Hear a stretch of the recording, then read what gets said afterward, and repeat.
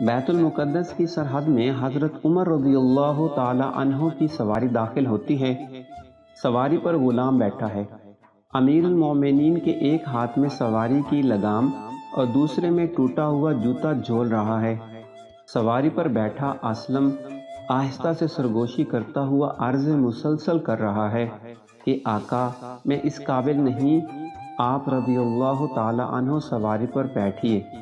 صلیبی کیا کہیں گے کہ خلیفہ اسلام کا غلام اتنا گستاخ ہے کہ آقا کو سواری کی نکیل تھما کے سواری پر بیٹھا ہوا ہے۔ حضرت عمر رضی اللہ تعالی عنہ مسکرا کر کہتے ہیں، اسلم چپ کر کے بیٹھے رہو، باری تمہاری ہے تو تم ہی بیٹھو گے، جو کہتا ہے کہتا رہے۔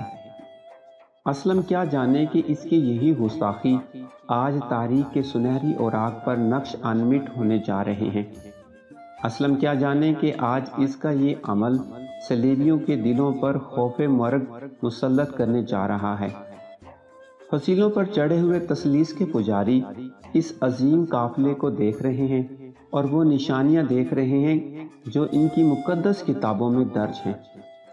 فاروق اعظم رضی اللہ تعالی عنہ قلعے کے نیچے آ کر رک جاتے ہیں۔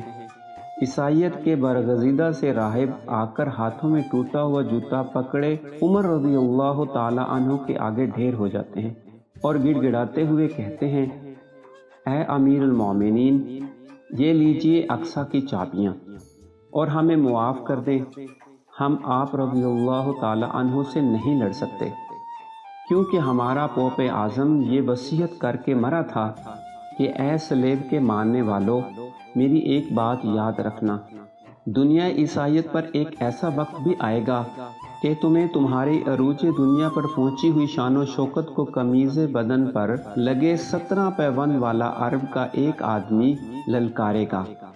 اے ابن مریم کے ماننے والو، اس 17 پیوند والے سے الجھنا مت، چپ چاپ فلسطین اس کے حوالے کر دینا، نہیں تو وہ عیسائیوں کے نشان تک کو روئے زمین سے مٹا کر رکھ دے گا۔ اے امیر المومنین، یہ لیجئے چابیاں اور ہمیں ہمارے اہل و عیال کو معاف کر دیجیے۔ آسمان دنیا ایک عجیب نظارہ دیکھتا ہے۔ 17 پیوند والا تن تنہا بیت المقدس میں داخل ہوتا ہے اور آسمان کی بادشاہت اس کے اور اس کے غلاموں کے قدموں کی زینت ہوتی ہے۔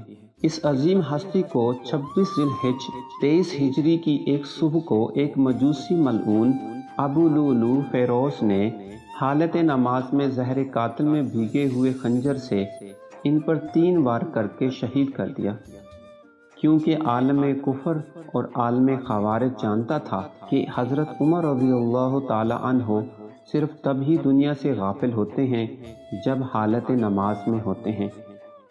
کروڑوں رحمتیں ہوں آپ پر اے فاروق اعظم کہ آپ کے اسلام لانے پر آسمانوں پر آسمان والوں نے جشن منائے۔